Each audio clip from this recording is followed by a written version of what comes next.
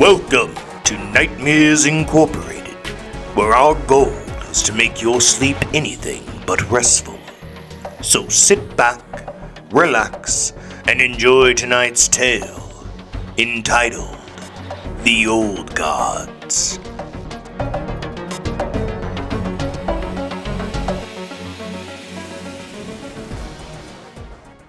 My name is Michael Chambers, and I got a story to tell. Problem is, it's a story no one would ever believe, so that's why I'm here. This is where people post unbelievable stories, right? Because we all know that they're fiction, just spooky campfire stories that all present themselves as real. You know what I'm talking about, I'm sure. They all start the same way, with someone trying to convince you that this totally 100% happened to them. Then they proceed to tell you about the haunted house they moved into, the camping trip where they were hunted by a skinwalker, or the new job they got that came with a list of 7 things that they had to do in order to survive the night. And you're sitting there wondering to yourself why they don't just duck the fuck out when it hits rule number 2, where apparently a headless guy is going to show up at the gas station with a note asking them to put $20 on pump 1. Those kind of stories. The impossible kind. So that's why I'm here. To post my impossible story. Because I have to tell someone, even if they don't believe a damn word of it. I've been a private investigator for the last 10 years. Now, while that might sound like an exciting job, it's really not as glamorous as books and movies make it appear. Most of my work boils down to catching cheating spouses in the act via photos or other means, and finding people who don't want to be found. Now, I'm not talking about missing persons cases, but more like deadbeat dads skipping out on child support, ex-husbands ducking alimony payments, or the kids of wealthy folks getting into some shit that they shouldn't. It wasn't an exciting life, but it paid the bills, allowed me to work my own schedule, and once you do a good turn for a few influential folks, work is always easy to find. My family didn't particularly approve, but I never really expected them to.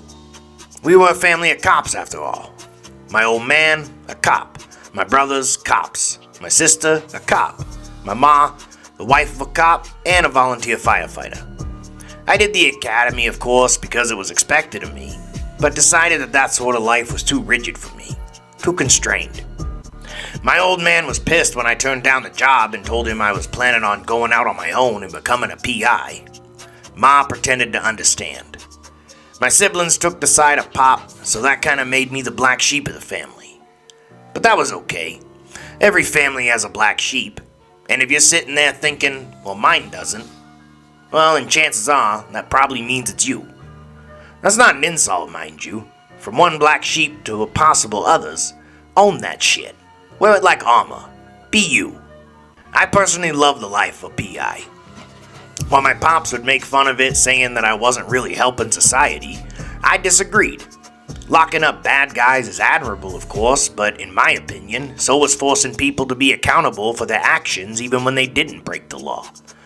I try to explain to him that when I'd catch a cheating spouse and see the look in their eyes when it finally dawns on them just how fucked up what they were doing was and what their actions were gonna cost them, it was as satisfying to me as a drug bust was to him. Because in my opinion, it was a severe lack of accountability in people these days that led to all the other shit. He'd just grunt and say I was coping with the fact that I was a peeping Tom for a living, and that would be how Thanksgiving would go. In reality, I didn't see the job as high and mighty as I presented it to my pops, but I did believe that I helped people, especially the folks with kids running amok. Now when I say kids, I mean 18 to 24. You know, the age when your kids can really fuck up royally. They're just old enough to be considered adults, but in many cases still as clueless as they were at 15. Especially the ones that had been sheltered or grown up in the lap of luxury.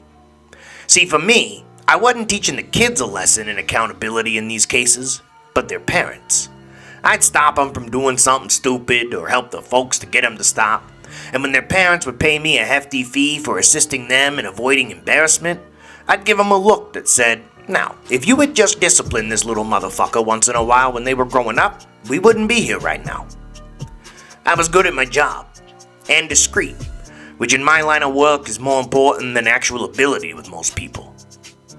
In fact, this is the first case of mine that I've ever talked about publicly, And I'm only doing that because, once again, I don't expect you to believe a goddamn word of it. It started when I was contacted by a pretty wealthy and affluent couple in New York about finding their wayward son. The husband, whose name I will withhold for privacy's sake, was a big shot on Wall Street, and his wife was a high-powered lawyer with political aspirations. Their son, let's call him Kevin, was something of an entrepreneurial type. He turned down what amounted to a full ride at Harvard to strike out on his own and create a television show. From what I gathered, his idea was to travel to places that had a mysterious history to them. Haunted houses, towns with high UAP sightings, forests where Bigfoot had been seen, stuff like that. He figured he could bring a skeptic's view onto these sorts of things, but kinda be like a skeptic with an open mind.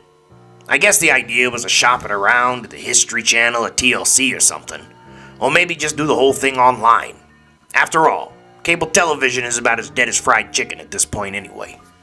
Whatever his aspirations were, his parents went right along with it, figuring they'd let reality kick in on its own after he had tried and failed, and then maybe Harvard would look more appealing to him. The problem was, they hadn't heard from him for 3 weeks after he went on his latest journey to some town in the middle of nowhere, Virginia. Now, they didn't think anything had happened to him, but that maybe he was taking advantage of them funding his little passion project. A couple of large cash withdrawals had been taken out a few days before they last spoke to him, so this led them to believe that maybe this television show had been a con, and he was getting into some shit that would be embarrassing to Mommy's political career. That's where I came in. I was to track him to his last known location, and if I thought something had happened to him, we'd turn it over to the authorities. However, if I found him shacking up in a hotel in some podunk town with a few working girls and some party favors, I was to make sure that nothing would come back on the parents and tell him to head home, or he was cut off. In my experience, threatening to cut down the money tree usually sends these yuppie larvae scurrying home like the ass was on fire and the hair was catching. Now, the name of the town I have good reason to change too. After all, I don't want someone to take this story seriously and go looking for what I found. The point in this is to get the story off my chest, not get people who are too curious for their own good killed. So for the sake of calling it something, we'll call it Bridgeton, Virginia. I arrived there on May 15th, 2025. There's some significance in the date, which is the only reason I specify it. There were only 2 motels in Bridgeton, and seeing as Kevin had used a debit card, I knew exactly which one he had stayed at. The name of the motel I will also keep to myself. But considering the town only had a population of a little over 3,000 people, I'm sure I don't have to tell you that it wasn't exactly the Hyatt. Just a sleepy little motel on the edge of the woods that probably saw its peak capacity hosting folks who came from out of town for weddings or funerals, as this wasn't exactly a tourist spot. Working the desk was an old man who wouldn't have looked out of place on the set of Deliverance. Combed back white hair, barely hiding the bald spot, white beard that looked on the verge of growing to riot, suspenders over a plaid work shirt, because the Farmer John look just wouldn't be the same without it. He looked up at me when I walked in and gave me a brief smile that surprisingly contained all of his teeth. "Afternoon, sir," he said in a drawl that was almost comical. "Looking for a room for the night?" "Yeah," I replied, "but I'm also looking for a young man by the name of Kevin." I produced a picture of the kid and showed it to the old man. "Did he stay here?" I asked. Of course I knew he did, but I had to keep the idea of possible foul play in mind, so I was far more interested in how the old guy would respond. "He did," came the reply, "but of course I imagine you already knew that." He continued with another smile. "Are you a police officer, sir?" "No," I said. "I'm a private investigator. His parents sent me down here because they haven't heard from him in a few weeks. Is he still around?" The old fellow's brow furrowed as he continued to look at the picture. "No, he's no longer here," he said. "I was under the impression he had gone home." The old guy spoke with a convincing tone, but I've been at this for a while, and I thought I detected a hint of uncertainty in his voice. However, for the time being, I decided not to press. "I'm Michael," I said, instead of continuing to inquire over Kevin's whereabouts. "Is it possible for me to stay in the same room Kevin had? Maybe he left a clue as to where he was headed next." "Nice to meet you, son," the old man offered. I'm Gerald Fletcher, owner and proprietor of this establishment, and of course you can. But do people usually leave clues as to where they're going in your line of work? I had to give it to the old codger. He was pretty sharp. If they leave in a hurry, which I imagine Kevin did, I said, then added, Did you speak with him at all while he was here? Yes, I did, Gerald replied. Awful chatty young man. Friendly, too. I got the impression he was a nice kid. What did you talk to him about, if you don't mind me asking? Oh, he was curious about an old folktale around these parts. Something about a television show he was working on, I think. He mostly just asked questions about the area and the history of the town. What folktale? I asked.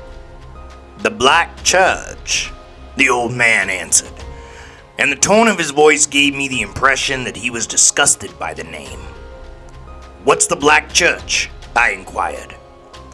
An old legend round these parts, been around long before my time. Legend goes that a church made out of blackened wood and stone appears at times in the woods around this area. That it shows up in different locations, and although the steeples should be able to be seen above the trees when it's around, it never is. Legend says the people that find the church always stumble across it with no prior warning that it was there. The people who see the church feel compelled to go inside. And as these stories so often go, those that go in don't ever come back out. That's it? I asked when he had finished. As far as legends go, that one's pretty bare bones. Well, I didn't say it was a good legend, Gerald replied with a wry smile. And it's pretty obscure. Not even sure how the young man had heard about it, to be honest. Maybe that's why Kevin was interested in it, I ventured. Probably wanted to cover something that hadn't been analyzed to death at this point. Was that all you talked about? I asked. Yeah, Gerald answered. But again there was that hint of uncertainty in his voice. Now, I didn't think this old man had done anything to Kevin. He just didn't seem to be the type. But I was sure as shit that he had an idea where the kid was. The question was, why not just tell me? I figured I could try and push him, but that sort of stuff only works in the movies. In reality, I had no authority in this situation. If I pushed and he told me to fuck off, that was the end of the game. Instead, I just asked if I could check into the room. You see, Gerald was right. People don't usually leave clues as to where they're going. But if Kevin hadn't left under his own power, then I knew for a fact that there would be something left in the room. Kevin's parents had told me that when he first shared his plans with them about venturing to strange places to look for ghosts and monsters, they had been concerned about the human monsters he might run into, or the hazards that can be present in the wild.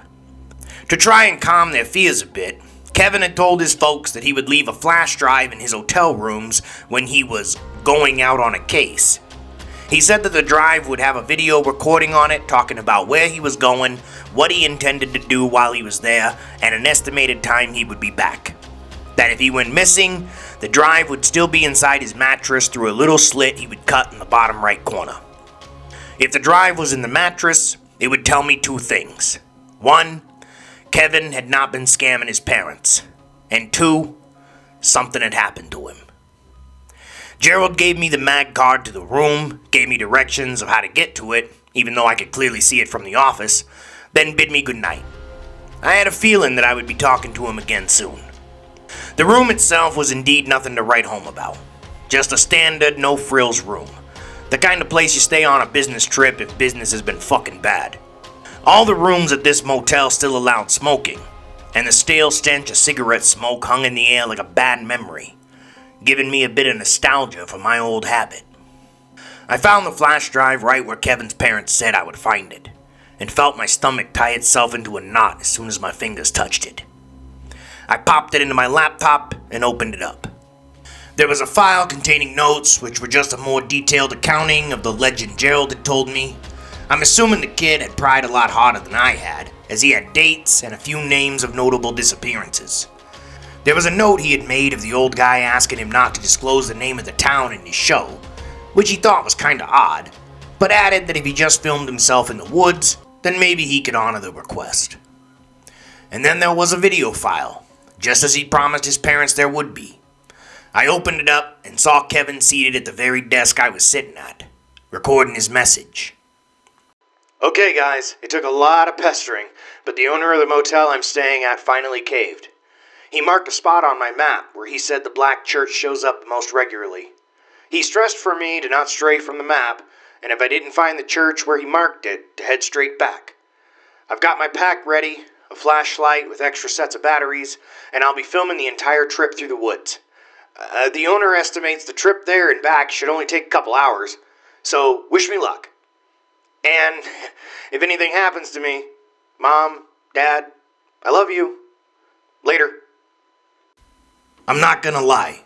The job I do tends to jade you a bit. You see people at their worst, most dishonest and selfish selves.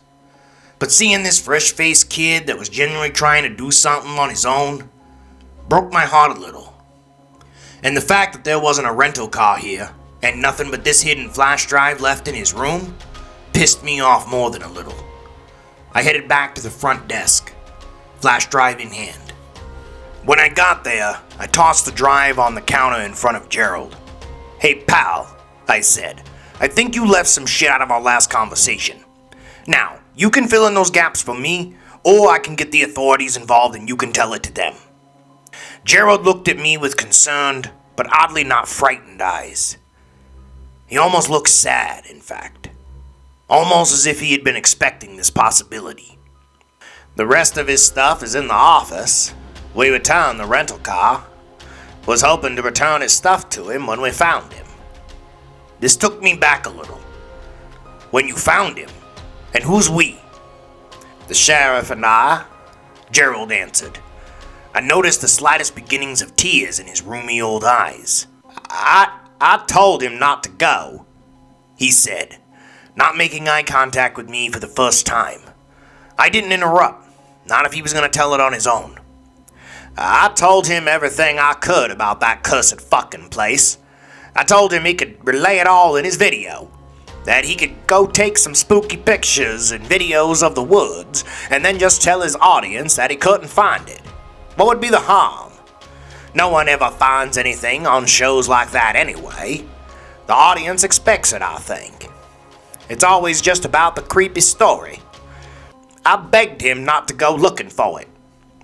Why not? I finally interjected. Gerald looked up at me with watery eyes, a single tear tracking down his weathered cheek. Because there was a very good chance he would find it, he said. We've kept people safe from that goddamn place for years, and if it sensed that someone was trying to find it, it would show itself. It would because we've been starving it. I did not like the tone of this at all. It seemed to me that Gerald genuinely believed his own campfire story. Then why draw him a map? I asked. Because he was gonna go anyway, the old man almost yelled at me. He was determined, stubborn, and the last thing I wanted was for him to go traipsing through the woods without direction. So I marked a spot on the map where the church had never been seen. Figured he'd spend a miserable couple of hours in the woods, not find anything, and then go home safe. When he didn't come back, the sheriff and I went looking for him. But we didn't find him or the church. It had already taken him. I didn't sense a lie this time. I didn't think the old man had heard Kevin, and I believed that he believed what he was saying. You don't really believe in this legend of a magically disappearing and reappearing church that takes people, do you? I asked, not hiding the condescension in my voice a bit.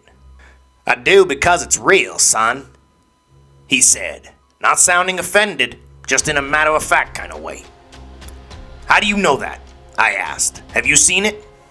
No, he replied. And I pray to the good Lord above that I never do, because I know I wouldn't be able to stop myself from walking through its doors. Why? My ancestors came over to the New World among the first sets of colonists, Gerald said, seeming to have changed the conversation. They settled in this area in the year 1635. Like many others who came over to the New World, they were fleeing from religious persecution. But you can take my word on it, son. Some people deserve to be persecuted for their beliefs. There were no tears now. Now, Gerald's eyes had grown hard, almost hateful. What, were they Satan worshippers? I asked. The old guy actually chuckled, a harsh bark that was utterly devoid of humor. Nothing as simple or benign as that, he replied. What my ancestors worshipped was older and less understandable than God's rebellious firstborn. To put it plainly, sir, if the devil tempted Adam and Eve in the garden, then what my ancestors worshipped is likely the thing that gave him the idea to do so. And when they came to the New World, they brought their beliefs and dark rituals with them. So they built a church that could appear when it wanted to? I asked, still incredulous.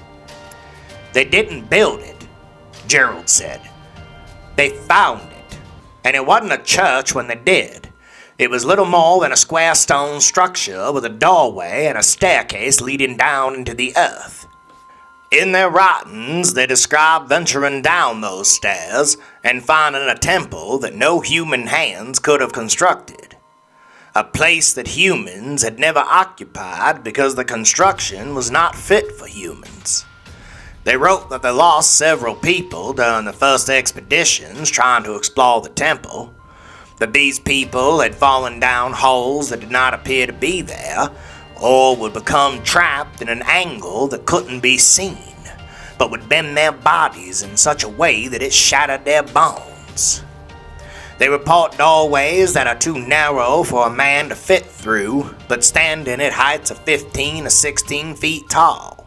That some areas of the temple hurt the eyes to look at, and that the only place they could safely tread was on the staircase leading down. That it seemed to have appeared to accommodate them, like they were being invited by something that dwelled below. They wrote that when they reached the bottom of the stairs, they found an ancient stone altar, and that it was upon this altar that they had performed their first sacrifices in this land, and in their words, called forth God. For the next 200 years, they carried out their heretical rituals and sacrificed people to the Black Church, feeding its ever-growing hunger. It was during that time that the structure they had found began resembling a cathedral or a church. They believed that it reflected their own minds and how they saw it, that it was molding itself into their place of worship. They gained wealth and the power that they craved, because the thing that dwells within that accursed place doesn't care for such things. It only wants our flesh, our blood. Finally, a younger generation saw the error of their ways and overthrew their elders, driving them into the forest with blade and musket. It's believed that the cultists fled into the church, where they undoubtedly met the same fate as all those they had sacrificed. We who carry on their bloodline do our best to keep the existence of the Black Church a secret, but sometimes word gets out, and people come looking. I told that boy not to go. I fucking begged him not to. Gerald finished, lapsing into silence. I was quiet for a moment too, mulling over the choices in front of me in my mind. In the end, I made the wrong decision. Can you make me a map like you made for Kevin? I asked. Gerald looked at me with a slightly horrified expression on his face. Sir, please don't, he began. But I cut him off. Look, Gerald, I'm not saying that I think you're lying. In fact, I'm almost positive that you aren't. But I don't believe in campfire stories, and I'm here with a job to do. So I'm going out into those woods one way or the other, and I'm going to try and find that kid, whether he's dead or alive, because his parents have a right to know what happened to him. And I would very much appreciate if you could give me a place to start looking. The old guy looked crestfallen, and I felt a little sorry for him. I figured he'd argue a little more, try and talk me out of it. Fortunately, he must have seen that that would have been a waste of both of our times. Sir, I'll do it, but you have to do something for me, he said. Name it, I answered. If you see that church, don't go in. Just assume that Kevin found what he was looking for and head back here. You won't find him if you go into that place. You'll only end up getting taken yourself." "Done," I said. It was an easy promise to make, because I figured I'd find Jimmy Hoffa out in those woods before I found a church that could appear out of nowhere. 20 minutes later, I had my map, reaffirmed my previous promise to Gerald, and set out into the woods. The sun wouldn't be down for another few hours, but I packed a flashlight just in case. The trek out to where Gerald had marked the map was pretty uneventful. The weather was mild enough, and if not for the reason I was out there in the first place, it could have been considered a peaceful stroll through the forest. While the woods aren't my natural habitat, Central Park was pretty much the extent of my experience with nature. I didn't have any trouble navigating the terrain. There wasn't much animal life to speak of. I saw a few squirrels, the sound of birds was consistent, but in the back of my mind I kept expecting to see a bear.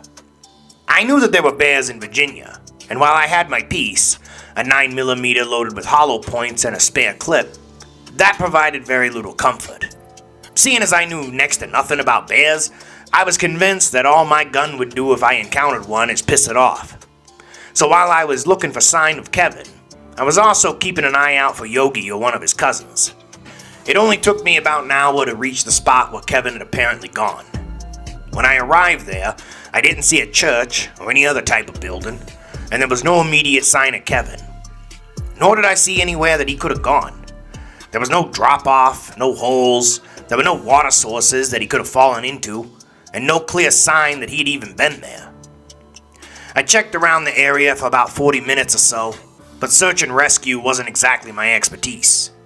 I figured it was time to head back, call Kevin's parents and tell them we should report Kevin missing. I was positive that he hadn't found what he was looking for when he had followed the map, but probably didn't let that discourage him, kept searching. He likely got turned around and lost out here. There was a chance he could still be alive, but he needed professionals looking for him. And if Gerald and the sheriff ended up taking some heat over this, that was on them. I had a job to do, and they should have reported the kid missing to his parents when they couldn't find him, instead of worrying about some local folktale. I started heading back, still looking for signs as I retraced my steps to the hotel. I didn't notice the woods going silent right away, but it didn't take me long to realize that I couldn't hear the birds any longer. There also seemed to be an absence of sounds that I hadn't even been paying much attention to until they were missing. Now, I know enough about nature to know that sudden silence was a bad sign, usually indicating a predator in the area. Casting my mind back to the idea of bears, I pulled my piece and continued making my way back to the motel, keeping my head on a swivel, looking for anything that might be a threat. I passed through a slightly denser group of trees with a well-worn path narrowed to about 3 feet across, my hackles up due to the temporary reduction of retreat options. I'm not sure if it was due to my distraction or not, but when I emerged from the thick of the trees into a slight clearing that I had passed through on my trip out, I didn't notice what was in front of me right away. It didn't take long to register though, and I froze in place when I saw a large cathedral-like building standing no more than 20 feet from me. Instead of being black, it was a slate gray, and seemed to have been constructed in the medieval fashion, like one of those old cathedrals from Europe had somehow been transported to the middle of nowhere. I double-checked my surroundings, and I was sure that I had passed through this very same clearing on my way out, and there was no way I hadn't noticed a goddamn cathedral in the middle of the woods. I rubbed my eyes and looked again, honestly expecting the building to be revealed as a trick of the light or a brief hallucination brought on by the power of suggestion from the old fella's story. But when I looked again, it was still there, real as taxes.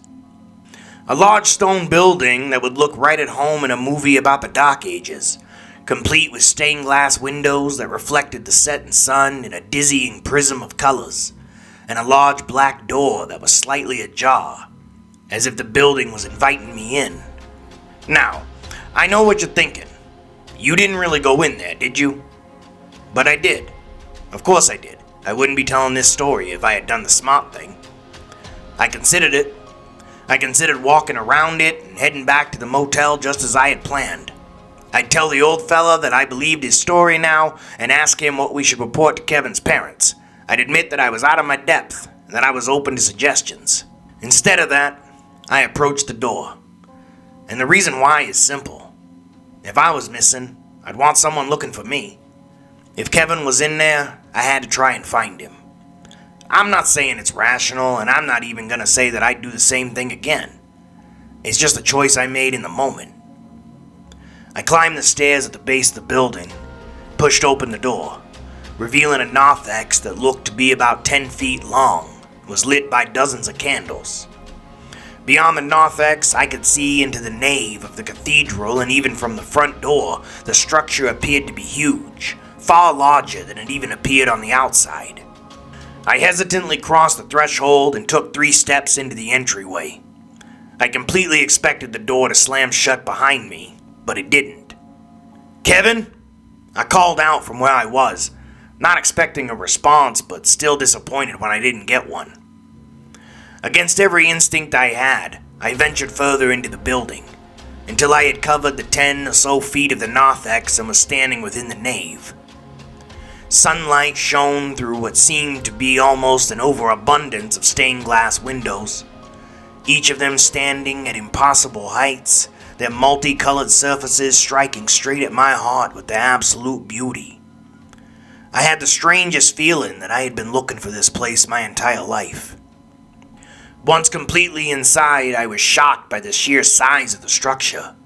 It easily made all the great cathedrals of the old world look like they hadn't even been trying. The other end of the nave looked like it was 100 yards away, the ceiling almost the same. I took an involuntary step back, and would have left if I hadn't seen the staircase descending into the floor about 100 feet away from me. I remembered parts of Gerald's story, where he talked about how this place was originally just a small stone structure housing a staircase, and how the other areas of the temple his ancestors discovered were impassable for humans. I wondered how much of the cathedral was an illusion. Gerald called it a church, but I clearly saw a cathedral. However, little known fact about me is that I got a thing for medieval architecture. So seeing as I was alone, was I just seeing what I wanted to see? Or was something tailoring the vision for me? Was it mostly an illusion? Or was the space really this big, but my mind was seeing only what it could make sense of? I don't know. What I do know is that that place didn't even try to hide the fact that it was unnatural. In a way, it gave me every chance to turn around. But I didn't. Honestly, I don't think I could have turned around even though I wanted to. Part of the reason I couldn't was Kevin, of course. But if I'm honest with myself, it was curiosity that drove me forward more than my job. I don't know if you can understand that. Maybe you can. The curiosity that makes people do things that don't make any damn sense. The curiosity that made people look at Mount Everest and say, I wonder what it's like at the top. The curiosity that drove us to create a submarine that could travel to depths that we had no business going to.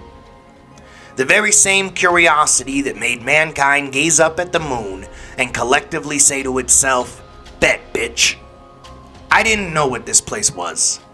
I only knew that it was somewhere that man was not meant to tread. And that made me want to know why. I know it sounds crazy. Believe me, I do. I'm just being honest about why I began walking towards that staircase. I looked around a little while I approached, but not too much. Really looking at the interior hurt my eyes in a way that I can't quite explain. It's like there were parts of the building that I couldn't see. For instance, I'd see a pillar standing off to the side of the path I was on, and while the pillar would look normal at the base, if not a little out of place for where it was, as it climbed towards the ceiling, it would bend at an angle that I couldn't see. That's the best way I can put it. A part of it would just disappear. Then it reappeared at an angle that didn't make any goddamn sense. It was bending at a 130-degree angle, but meeting the ceiling at a 45-degree angle. It hurt my eyes to look at it. Hurt my fucking brain. It gave me a feeling of vertigo that was so strong it made me nauseous.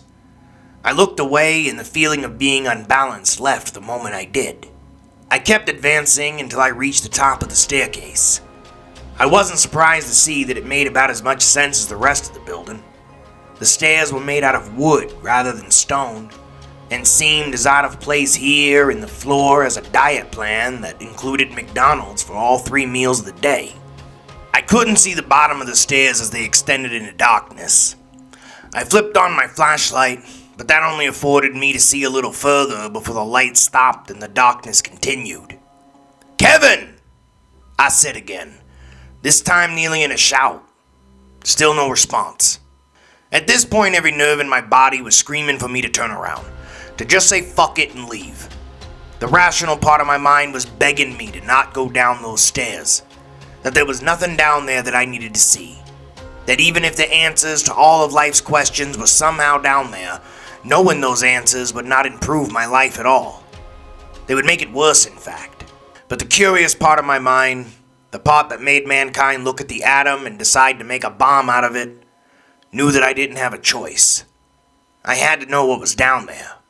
I began making my way down the stairs slowly, instantly smelling mildew and rot, as if this staircase was hundreds of years old, the stairs creaking under my feet and the darkness closing in around me as I descended. At what I estimated to be about 50 feet down, I came across a small landing, and instantly saw a shattered camera lying upon the musty wood. Lying next to it was a black backpack and a broken flashlight. "Kevin!" I yelled out, my voice echoing slightly and coming back to me sounding weak or sick. I began to advance a little faster down the stairs, my curiosity being replaced by urgency now that I had proof that Kevin had come down here. I shouted his name as I descended, encouraging him to answer, to tell me where he was, that I was a friend. I descended perhaps another 50 feet before I saw a mellow light at the bottom of the ancient staircase. I took the last couple dozen steps quickly and almost rushed across the threshold of the entrance opening on the bottom floor, but stopped short as alarm bells started ringing like crazy inside my head. I genuinely can't explain it, but it was as if some long-forgotten survival mechanism kicked in and forced me to stop. I looked down at the floor that lay just beyond the entrance.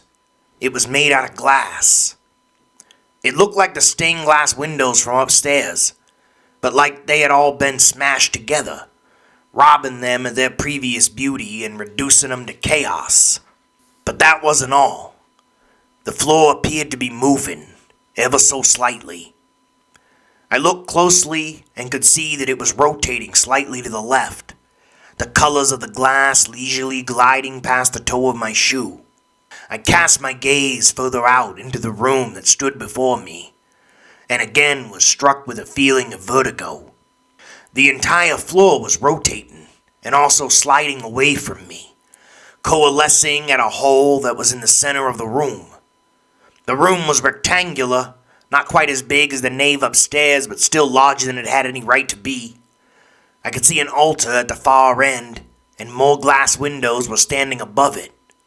Sunlight streamed in, although I couldn't understand how that was possible, as I had to be over 100 feet underground at this point. But the floor shook me more than the inexplicable sunlight, because this rectangular floor was rotating in a circle, and flowing into the hole at the center, reminded me of what an artist's depiction of a black hole looks like. I thought I saw a glow coming from that hole, but as I squinted, I could see that it wasn't a light. It was an eye that seemed to be growing out of the floor itself, the stained glass rotating around it and flowing into it, forming what almost looked like an eyelid, an iris, a pupil. I was frozen in place, watching the floor and gazing at that eye which appeared to be staring up at the ceiling. Was it the eye of the supposed god they summoned? Did some monstrous being lurk further beneath the ground? Or was it the eye of the structure itself? Then, it slowly began to rotate in my direction. My paralysis broke, and I ain't ashamed to admit it, so did my nerve. My previous curiosity and determination to find Kevin fled from my mind, replaced by a desperate need to get out of there. To not let that eye see me as I let out the first scream of terror that I can remember in my adult life. I turned on my heel and began to flee back up the stairs, taking 2 at a time. My mind was in a pure panic, but somehow I had the wherewithal to grab the backpack as I crossed the first landing. The camera I didn't worry about. It was smashed to hell, and even if the card had survived, I wasn't going to take the time to try and remove it. I began running up the next set of steps, hoping to God that something wasn't following me as I fled. After 40 more steps, however, I encountered another landing. This immediately threw me off, because there had only been one landing on my way down. I looked forward with my flashlight and took a sharp intake of breath when instead of seeing another flight of stairs, I saw a stone hallway in front of me. It was about 12 feet wide, and about 50 feet in front of me there appeared to be another hall off to the left and to the right. This isn't right, I muttered to myself. What the fuck is this? I turned, I'm not sure why. I think I was gonna check to see if there was something I had missed. But the staircase I had just come up was gone. Instead, there was another wall behind me, and in the center of that wall was a square-shaped recess. And within the recess, there were 6 human heads that were roughly the size of my torso. They seemed to be pushing themselves up out of the hole, moving towards me. Their eyes were crazed, their mouths full of broken, sharp teeth, their skin the gray of the dead. They made no sounds, although a couple looked as if they were screaming or snarling at me. I screamed and backed away as they continued to push themselves forward, now extending out past the wall itself. I turned, and as I did, I could see that the stones of the wall to my left were changing. They were melting and reforming themselves into human faces. They were each horribly disfigured, some looking to be nothing more than old dried skin stretched tightly over a skull, the eyes long dried out and gone. They were all silently screaming at me. I turned and saw that the wall across from it was doing the same as well, and all of them were extending out towards me. I began to run down the hall, picking the hallway on my left once I reached the intersection. This led me to another hall that I ran down for maybe 100 feet before I reached another intersection. This time the choices were to continue straight, turn left, or turn right. I chose to continue straight, made a right turn the next time, then a left. Down the last hall I took, I saw an opening halfway between where I had entered and where I would encounter another intersection. Seeing as this was something different, I went to turn into the entrance when I reached it. My foot stepped out into empty space as I did, and I reached out with my right hand, catching the side of the wall and barely preventing myself from falling. Pointing my flashlight through the entrance, I screamed again as I saw what lay within. Over the threshold was a drop-off of about 15 feet. At the bottom, there was a purple, pinkish, fleshy mound. This same flesh-like substance ran up the walls and across the ceiling. The smell was almost overpowering, a combination of shit and decay. A sound that reminded me of hamburger passing through a grinder assaulted my ears as it looked like the flesh on the walls and floor were breathing. There were eyes placed sporadically throughout the cancerous-looking mass, and mouths of all shapes and sizes. Some filled with human-looking teeth, others filled with teeth that looked like a shark's teeth or dog's.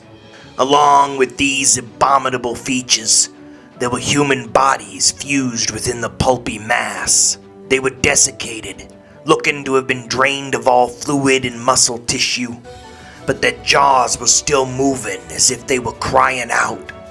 One of them was reaching towards me as if its eyeless skull was seeing me. And then, from the mound at the bottom, something began to emerge. A large, 3-fingered hand burst from the fleshy mound and grabbed the edge of the entrance I was standing in. I didn't stick around to see what was attached to that gray, wrinkled, diseased-looking hand. I turned back in the direction I was originally heading and ran like the devil himself was chasing me. Hell, as far as I knew, he was. I began taking turns at random, only hesitating for a moment before each turn to make sure I wasn't about to step off a ledge like before. From behind me, I began to hear a scraping sound, like something large was forcing itself through the tunnels. its flesh scraping against the stone walls. And I knew it was whatever the hell had emerged from that flesh pit. I began to run with renewed vigor, the beam from my flashlight bouncing around wildly. Voices began talking around me as I ran. It was nothing I could make out, only light whispers that seemed like they were following me, or maybe coming from the walls themselves. My flashlight beam began to flicker, like the batteries were running low. That didn't make any sense at all, because I had made sure the batteries were fresh before I had set out, and I hadn't been down here long enough for them to be dying already. I prayed that the flashlight would last long enough for me to spot another staircase or anything that would indicate a way out. My prayers weren't answered. The beam from my flashlight flickered a few more times, and then darkness closed in around me. I came to a stop when it did, despair settling upon me as suddenly as the darkness had. I was at a loss for what to do. I couldn't see even a few inches in front of me. If I came across another pit or any other hazard, I was done. However, the sound of my pursuer, something that was so large it had to squeeze itself down this 12-foot wide hallway, got me motivated again. Whatever that thing was, I was in no hurry to meet it. I moved to my left until the wall bumped my shoulder. Holding my hand against the rough stone, I began to move again. I figured I could navigate this way, and when I reached the end of the wall, I could stick my foot out and test to see if there was ground to step on. It maybe wasn't the best plan, but it was all I could think to do. I actually made pretty good progress that way for a while, even threw a couple right turns in for variety's sake by holding out my right hand until I touched the wall at the intersection. The scraping sounds were steadily behind me, but didn't sound like they were gaining, only keeping pace, which was good enough for me. However, nothing good lasts forever, and after 5 or 6 turns, something grabbed me as I was dragging my hand along the right-hand wall. Skeletal fingers clutched at me, pulling me to the wall by my overcoat, tearing through the leather, tearing through my shirt, gouging into my shoulders, what felt like another pair of hands trying to wrap around my waist to hold me in place. I screamed and fought like a madman, throwing an elbow behind me, making contact with something that felt like bone or rock, which sent pain shooting down my arm as I felt blood running down from my shoulders. But I didn't let that stop me. I bucked, I shook my shoulders like a running back trying to shed a tackle. I threw repeated elbows, ignoring the pain until I broke loose. I pulled away so hard I struck the wall on the other side of the hallway, crying out in pain and surprise. But then I turned around, brought up my 9, and blind fired in the general direction of whatever had grabbed me. The flash from the barrel slightly illuminated my surroundings briefly, not really allowing me to see what had grabbed me, but giving me the impression of something with 4 arms and a head that looked like a beetle or a centipede. Whatever it was screamed in what I hoped was pain. From my left, I heard the scraping sound growing louder, as if my pursuer was currently or about to round the last corner I had recently passed. Without thinking, I turned to my right and blind fired again towards where I thought the corner was. There was no sound that I could pretend was produced by pain this time, though. There was a roar that caused my bladder to loosen, and the sound of something heavy striking the ground near me. I turned and began to run at a full tilt, not trusting the walls anymore, only holding my left arm out in front of me so I wouldn't knock myself out by hitting a dead end. I honestly have no idea how long I ran through the darkness. It all kind of merges together.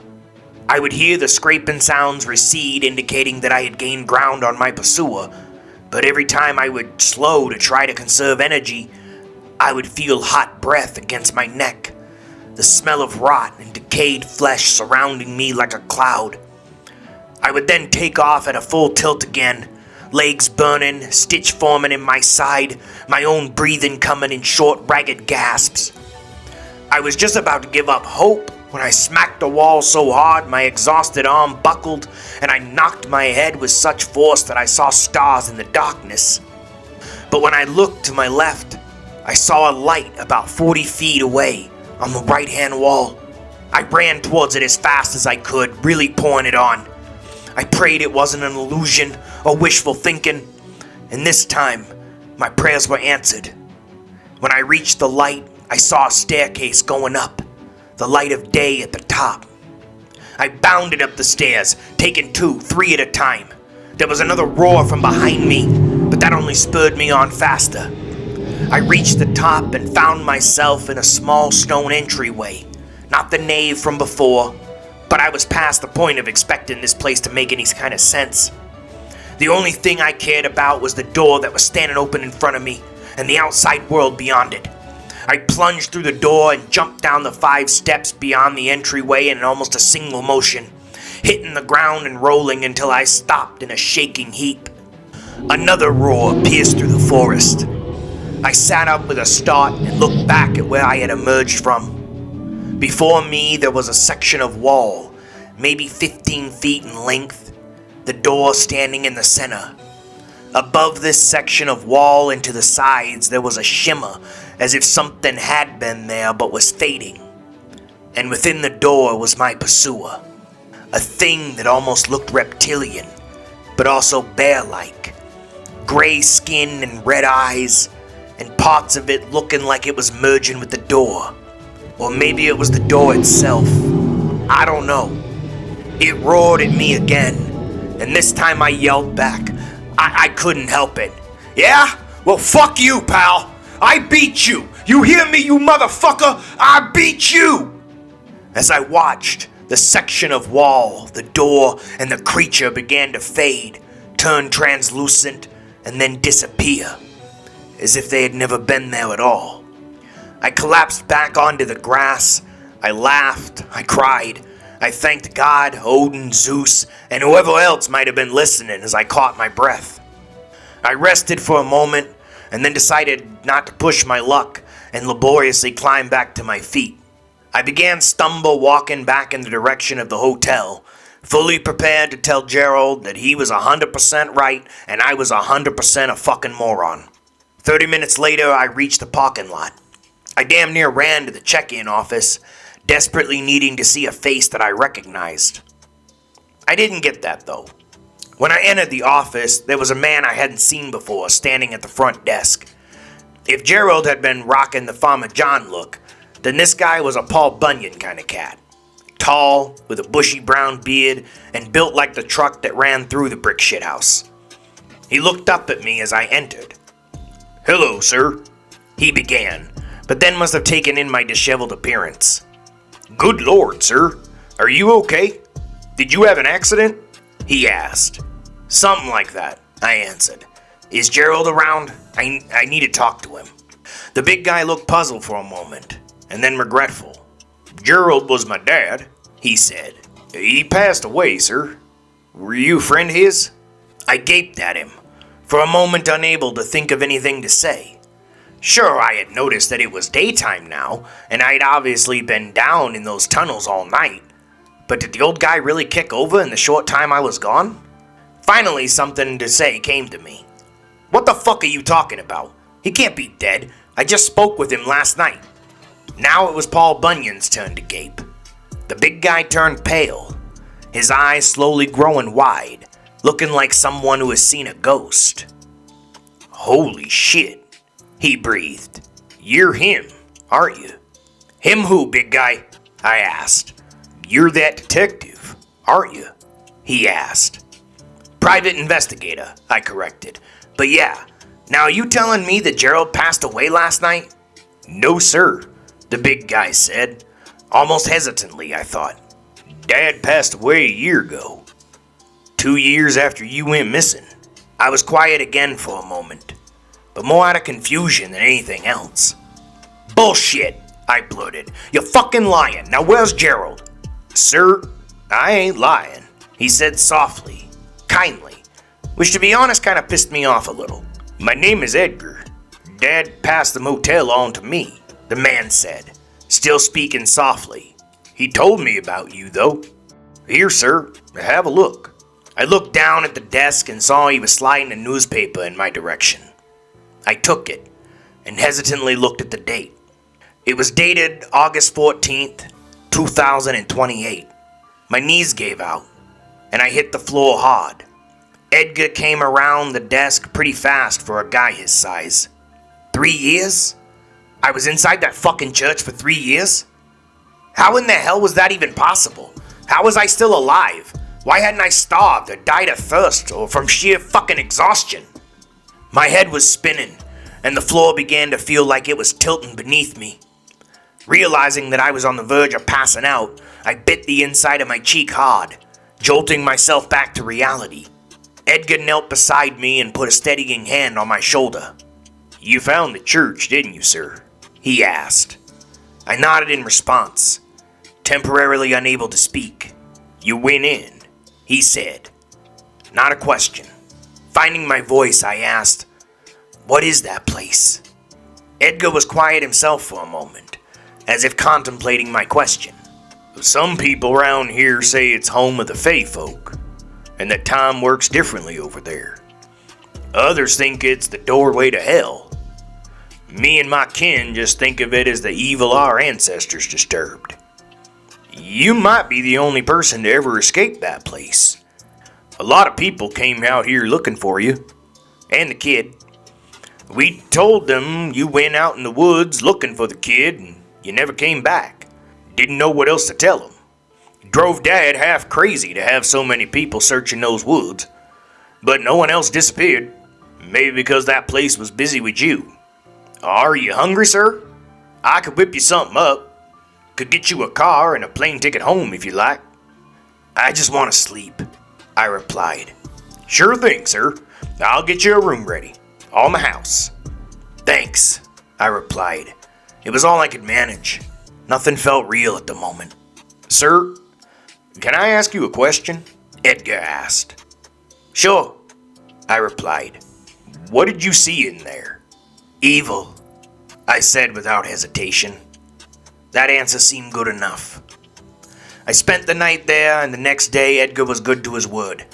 He had a rental car for me and a plane ticket home. We said our goodbyes, and I told him I was sorry about his father. He told me that he thought his dad would rest a little easier now, seeing as I had escaped. That Gerald had felt responsible for my disappearance. I'll cover the rest quickly, simply because there's not much else to tell. When I returned to New York, I was something of a celebrity for a while. Had my 15 minutes, as they say. Did some interviews, but most of them boiled down to me saying that I didn't remember much about the last 3 years. When it came to the topic of Kevin, I mostly told the truth. That I had found his backpack, but not him. The bag itself didn't contain anything revelatory, just the last few remnants of his young life. The talking heads that cared chalked it up to trauma, and soon I faded from the spotlight, as there wasn't much of a sensational story for them to tell. My family was batshit excited when I came back. I was under constant watch for a few months, to say the least. Ma told me that Pops had spent a year out there looking for me. Reminded me that whether you get along or not, your dad is still your dad. Of course, he wouldn't own up to that part of it. He just kept asking me if I remembered anything and if anyone had taken me. And if I did remember something about kidnappers, to let him know. He would, in his words, handle that shit the old-fashioned way. I hugged him, told him I loved him, and thanked him for looking for me. Job offers started flooding in. I suppose when you go missing yourself while looking for a missing person, it shows a certain level of dedication to some people. I laid low for a while, but then started taking a few cases here and there. I still have nightmares, of course. I'm not sure if they're fabrications of my mind or memories. I don't know if I was down there for 3 years, or if it was like Edgar said and I was just somewhere where time works differently. 3 hours or so there, equaling 3 years here. I don't know. I'll probably never know. So that's my story. Chalk it up as another bit of fiction amongst a sea of others. In closing, the worst part about my experience isn't the time lost, or the memories of what I experienced down there, or even the nightmares that visit me every time I try and sleep.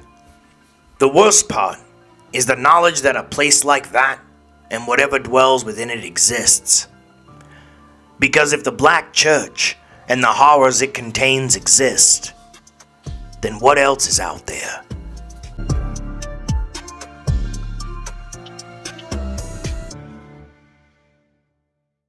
Thank you for joining us here at Nightmares Incorporated, and we hope to see you again next week when we bring you another original story.